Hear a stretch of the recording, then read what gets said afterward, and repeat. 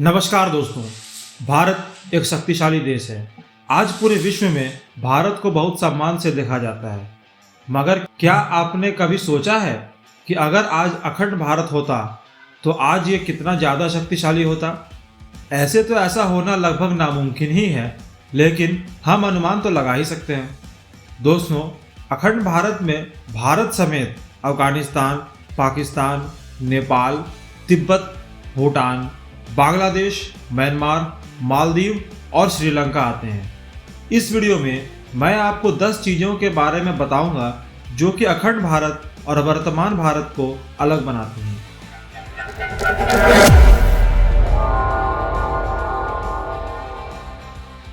Number 1, area. दोस्तों, अखंड भारत का एरिया अभी वर्तमान भारत से करीब 40% ज़्यादा होता। अभी इंडिया का साइज 3.28 मिलियन स्क्वायर किलोमीटर्स यानी कि करीब 32 लाख स्क्वायर किलोमीटर का है, जो कि अखंड भारत में 5.9 मिलियन स्क्वायर किलोमीटर्स यानी करीब 60 लाख किलोमीटर स्क्वायर का होता। इतनी वृद्धि के बाद भी इंडिया 7th रैंक पर ही रह जाता, जो कि हम पहले से ही हैं। इसका बड़ा कारण यह है कि पूरे इंडियन सब कॉन्टिनेंट में इंडिया से बड़ा कोई देश नहीं है। इसे आप ऐसे समझिए कि आप अर्जेंटीना और ईरान को जोड़कर जो देश बनाएंगे वो भी अखंड भारत से छोटा होगा। Number 2, population. दोस्तों, अखंड भारत की पॉपुलेशन वर्तमान भारत से करीब 40% ज़्यादा होती है। अभी इंडिया की वर्तमान पॉपुलेशन 1.37 बिलियन यानी करीब 137 करोड़ है, जो कि अखंड भारत में बढ़कर 1.93 बिलियन यानी 193 करोड़ की हो जाती है। ये दुनिया के सभी देशों में सबसे बड़ी आबादी होती है। इस बात को आप ऐसे समझिए कि इस वक्त अखंड भारत में जितनी आबादी होती उतनी आबादी पूरे विश्व में 1930 तक नहीं थी। अगर आप पूरे के पूरे साउथ अमेरिका, नॉर्थ अमेरिका और यूरोप के सभी लोगों को एक साथ देखेंगे तो भी अखंड भारत की आबादी ज़्यादा दिखेगी। Number 3, population density. दोस्तों, अखंड भारत होने से वर्तमान में एक बहुत सकारात्मक अंतर भी आएगा। दोस्तों, किसी भी देश के लिए उसकी आबादी और उसके एरिया से ज़्यादा ज़रूरी होता है उसकी पॉपुलेशन डेंसिटी। दोस्तों, इस बात को आप ऐसे समझिए कि आपको प्यास लगी है और किसी ने आपको एक गिलास पानी लाकर दे दिया। आप पानी पी लिए। अब आपको फिर किसी ने पानी लाकर दे दिया। अब आप पानी पी तो गए, लेकिन अब और नहीं पी पाएंगे। अब मान लीजिए कि किसी ने तीसरा गिलास आपको लाकर दे दिया। अब आपके लिए उस पानी को पीना बहुत कठिन हो जाएगा। ठीक उसी तरह जब किसी एरिया की पॉपुलेशन कम हो और संसाधन ज़्यादा हो तो प्रकृति पर कोई बोझ नहीं पड़ता है और आपूर्ति और भरपाई एक समान चलते रहते हैं। लेकिन वहीं जैसे जैसे उतने ही जमीन पर लोगों की संख्या बढ़ती है, संसाधन पर भी बोझ बढ़ता जाता है, जिससे वहाँ का वातावरण बिगड़ जाता है। दोस्तों, इसी के चलते विकासशील देशों में प्रदूषण की मात्रा ज़्यादा होती है। इसके बावजूद कि ऐतिहासिक तौर पे विकसित देश ज़्यादा प्रदूषण करते हैं। दोस्तों, अब टॉपिक पर वापस आते हैं।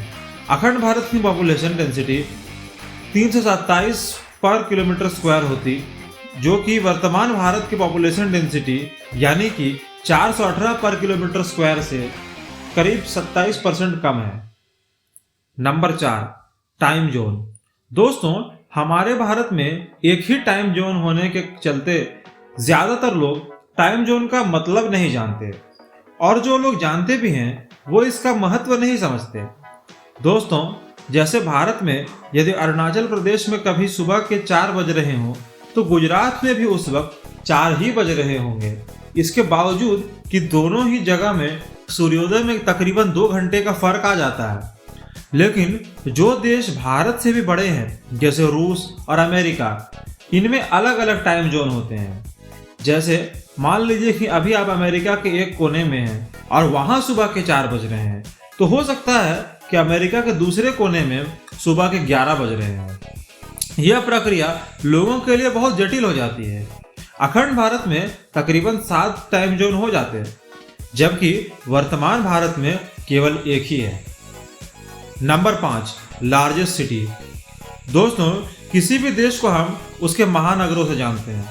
फ्रांस को पेरिस के लिए जाना जाता है, जापान को टोक्यो के लिए और रशिया को मॉस्को के लिए जाना जाता है। वैसे ही अखंड भारत का सबसे बड़ा महानगर भारत का दिल यानी कि दिल्ली होगा, जिसके बाद भारत की आर्थिक राजधानी यानी कि मुंबई आएगी।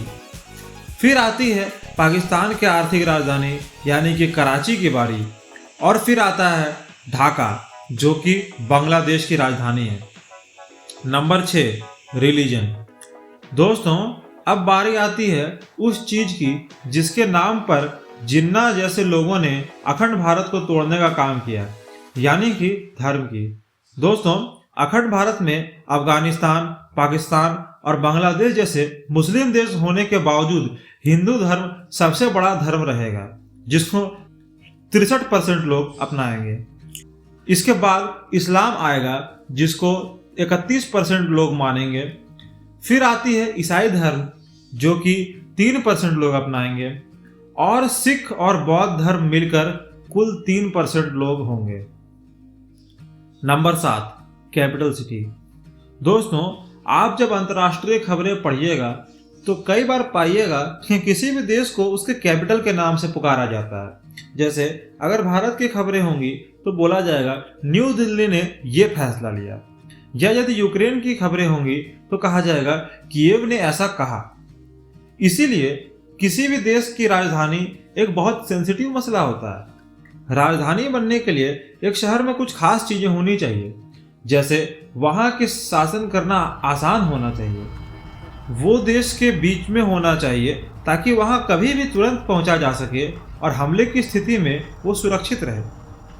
अगर इन पैमानों पे देखा जाए तो दिल्ली ही उभर कर आएगा, क्योंकि वह अखंड भारत के बीचों बीच है और वहां पहले से ही वर्तमान भारत की राजधानी स्थित है।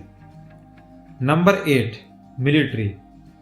दोस्तों, किसी भी देश की सुरक्षा की जिम्मेदारी उसके मिलिट्री के पास होती है।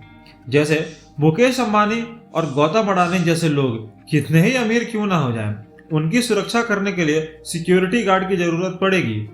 आज वर्तमान भारत में करीब 14 लाख एक्टिव सिपाही हैं, वही अखंड भारत के पास 26 लाख हो जाते हैं, जो कि दुनिया की सबसे बड़ी मिलिट्री होती है। दोस्तों, ये तो जाहिर सी बात है कि इतने हथियार भारत ने पाकिस्तान और चीन जैसे पड़ोसियों के चलते जुटाया है। यदि ये शांति प्रिय होते तो शायद हमें इतना खर्च नहीं करना पड़ता और ये पैसा देश के विकास पर लगाया जा सकता था। Number 9, language.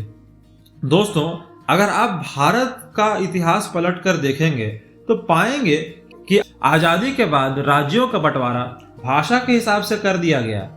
जैसे जिस क्षेत्र में पंजाबी बोली जाती है उसे पंजाब नाम का स्टेट बना दिया गया, जहां मराठी बोली जाती है उसे महाराष्ट्र बना दिया गया।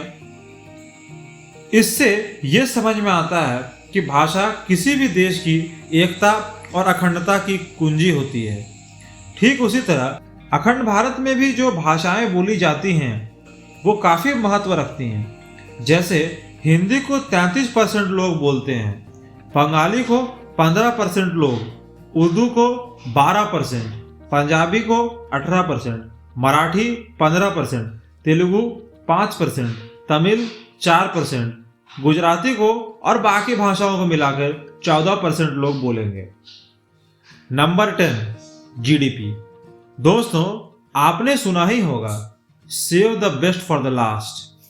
दोस्तों, पैसा दुनिया में हर एक स्तर पर बहुत मायने रखता है। कोई छोटा सा घरेलू मसला हो या अंतरराष्ट्रीय समझौते, जिसके पास ज्यादा धन उसके पास उतनी ही पावर होती है। जैसे किसी गरीब के पास पैसे ना हो तो वो दर दर धक्के खाता फिरता है, और उसी के पास अगर कभी थोड़ा सा पैसा आ जाए तो उसकी पूंछ बढ़ जाती है। जैसे ताइवान आज एक छोटा देश है, इसीलिए चीन उस पर अपनी धौंस जमाता है। वही चीन जिसके पास सिर्फ 20 साल पहले कोई खास पैसे नहीं थे। दोस्तों, अखंड भारत की कुल जीडीपी $4.3 ट्रिलियन की होती, जो कि वर्तमान भारत की 3.4 ट्रिलियन डॉलर से 26% ज्यादा होती है। मजेदार बात यह है कि इसके बावजूद अखंड भारत पांचवी सबसे बड़ी अर्थव्यवस्था ही रहता, जो कि वर्तमान भारत पहले से ही है। दोस्तों, अगर आप जानना चाहते हैं कि अखंड भारत आज विभाजित होते होते वर्तमान भारत कैसे बना, तो मुझे कमेंट करके जरूर बताएं। अगर ये वीडियो आपको अच्छा लगा तो इसे लाइक करें और ऐसे ही और वीडियोस देखने के लिए चैनल को सब्सक्राइब करें।